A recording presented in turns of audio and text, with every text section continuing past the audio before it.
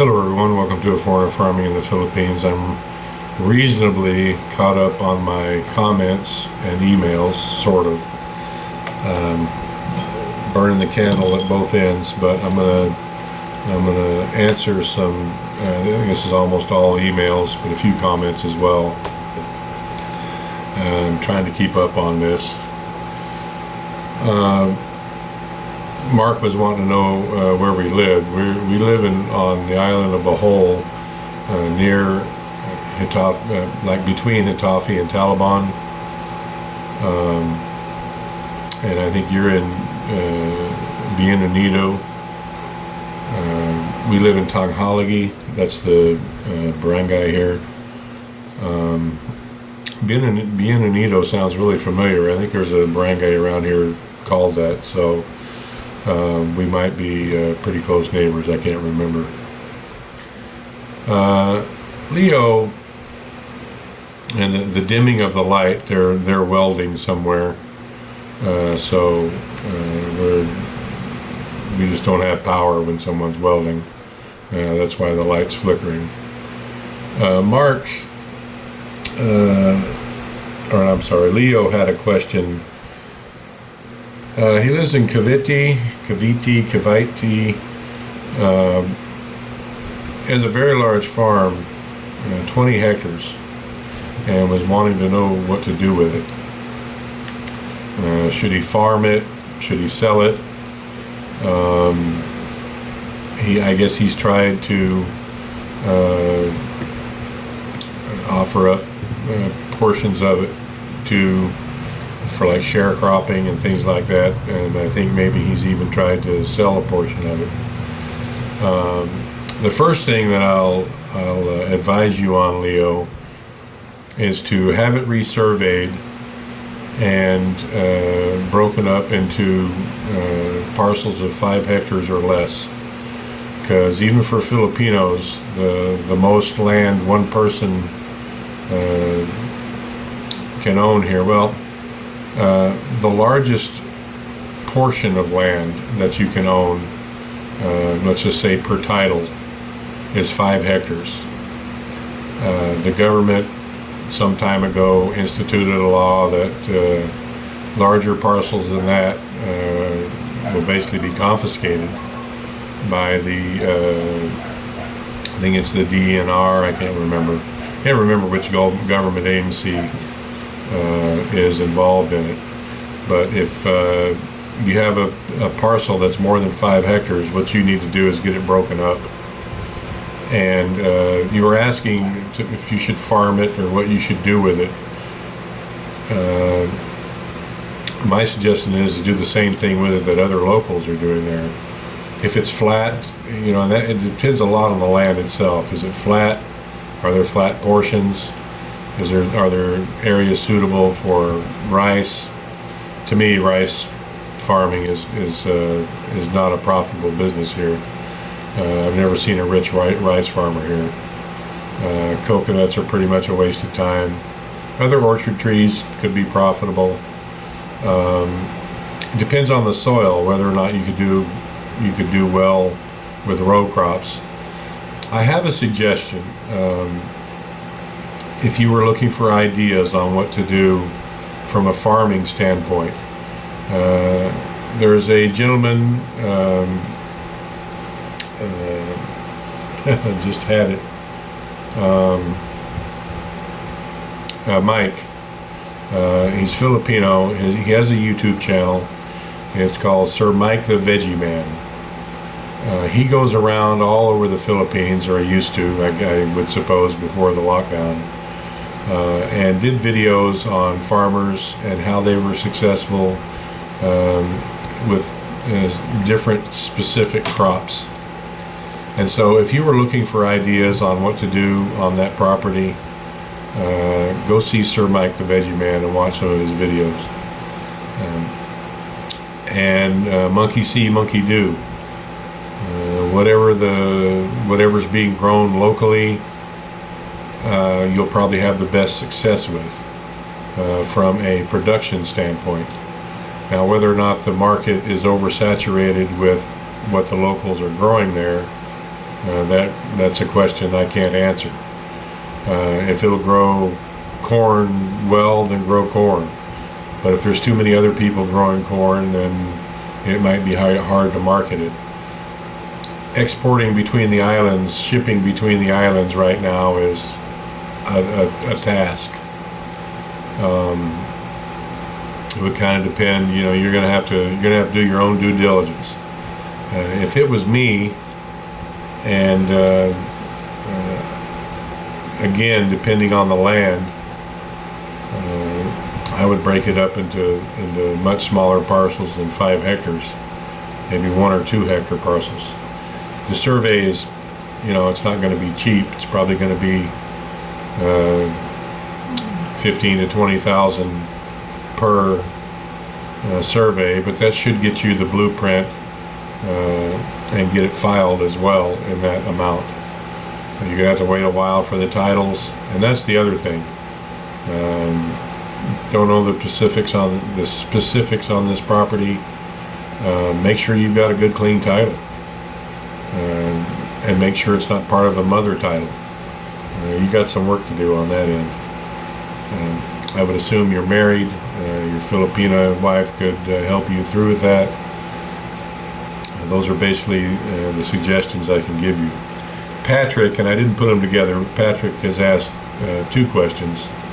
They want to know about the San Francisco property. Well, it was the property with the boat and the fish pond next to the ocean. Marcel and Jen have already bought that property, so it's no longer available. You were wanting to know the cost to set up a fish pond. Now, in your first email, you had said fish pond, and I think in the next one you said fish pen. So that's apples and oranges on startup cost, maintenance cost, and feed cost, stocking density of fish. It's 2 completely different things: a fish pond versus a fish pen. With a fish pen, you're going to have a boat, because you're going to need to commute. You're going to have ocean access, obviously, either a property you own or a property someone else has. And probably for a fish pen versus a fish, here's the thing: with a fish pond, of course, you're going to have to buy the land that has a fish pond on it, or something that doesn't need much in the way of dozer work to have a fish pond put in it. An existing fish pond that has been fallow for a while could cost you around 50,000 pesos to get it viable, to get it cleaned out, to get it fertilized for the algae bloom. Then, of course, the fingerlings that you would need to put into it. Stocking density for a pond is much, much lower than for an ocean pen because of oxygen in the water. You basically have all the moving water you want in the ocean, unless you get in a situation where we did when we first put fingerlings in, and the tides really aren't moving, and you end up losing a lot of them. That's what happened our first go around. I think stocking density, it depends on your pond, it depends on if you put aerators or not. 3,000 to 5,000 fish per hectare size of pond, if you were going to raise them to harvest weight between 350 and 500 kilos. And that's milkfish. And I'm not talking any other kind of fish except for milkfish. An ocean pen, for those of you who have witnessed in our journey in the ocean pen,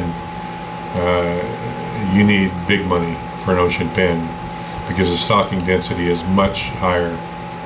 There's a big difference between 3,000 to 5,000 fingerlings and 30,000 to 50,000 fingerlings.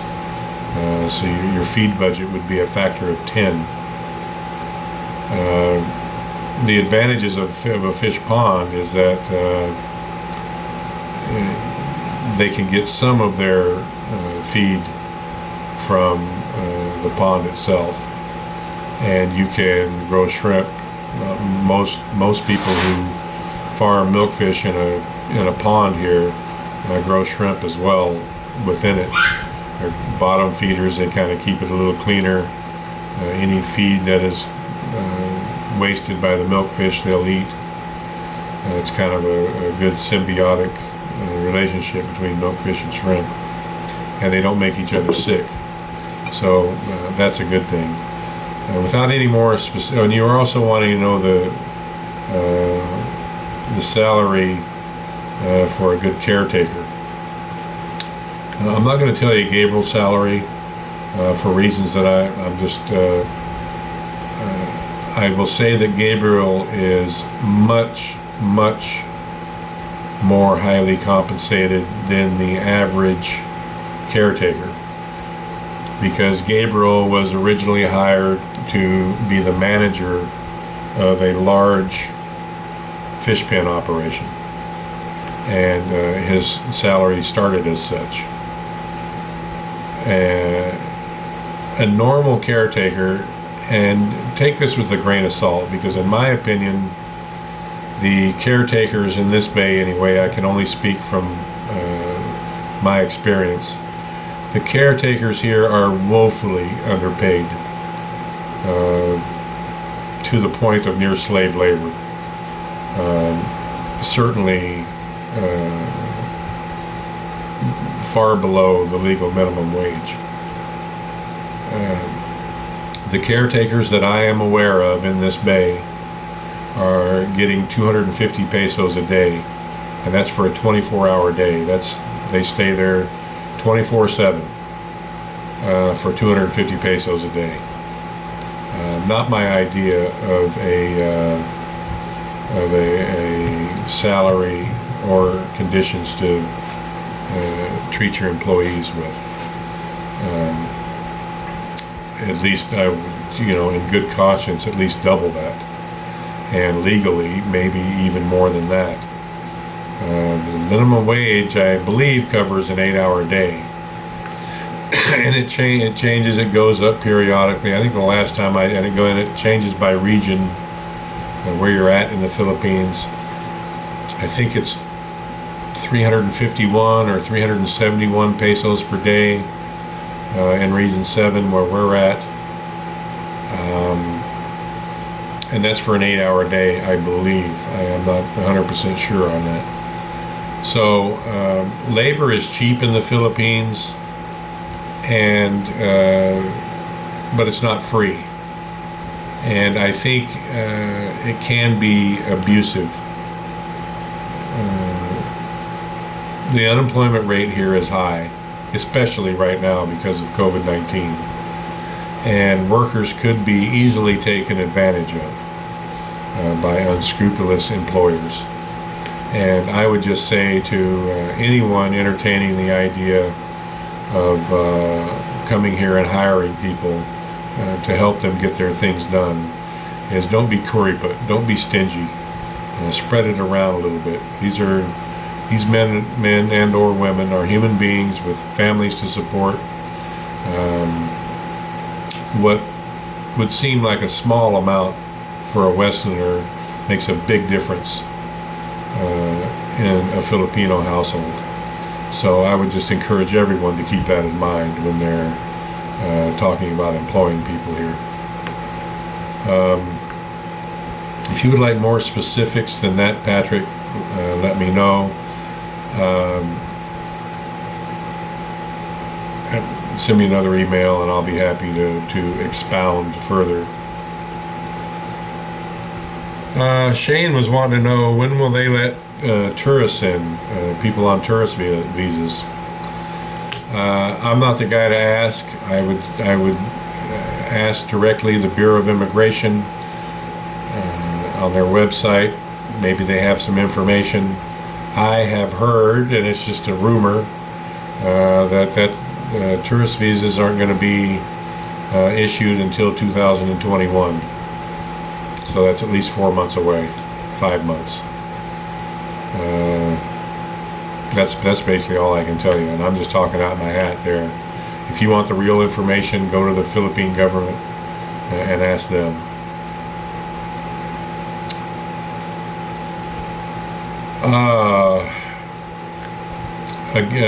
Jack was wanting to know, Jack's looking for property and was wanting at least 5 hectares. And I'll say to you again, Jack, what I said to Leo. 5 hectares is going to be the maximum size per hectare. And, I don't know how it works. I suppose one person could have multiple titles in their name and end up owning 1,000 hectares. Who knows? I don't know.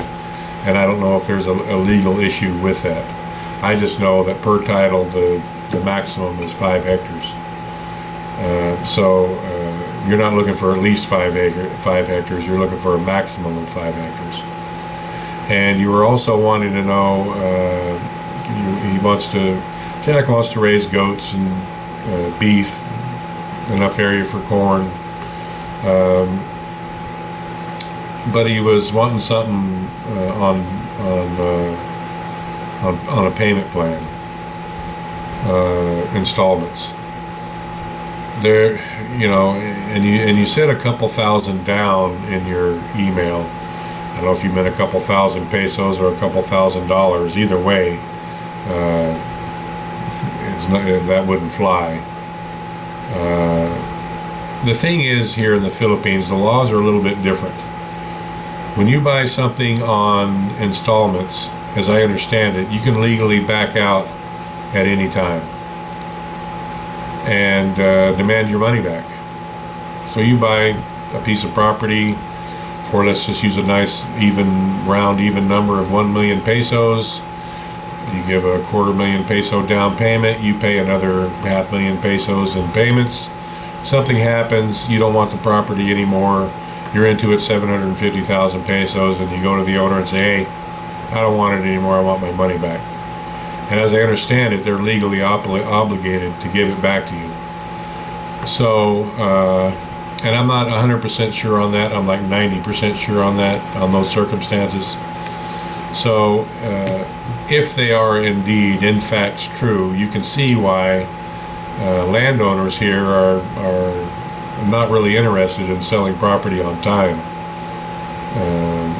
It's cash and carry, bank loans, and that's about it. Finding an owner-financed piece of property here is tough. Not that they're not out there, they are. But you're certainly not going to get a piece of property here for less than 30 or 40% down payment. And if you can find someone who's willing to carry paper on it. That's been my experience.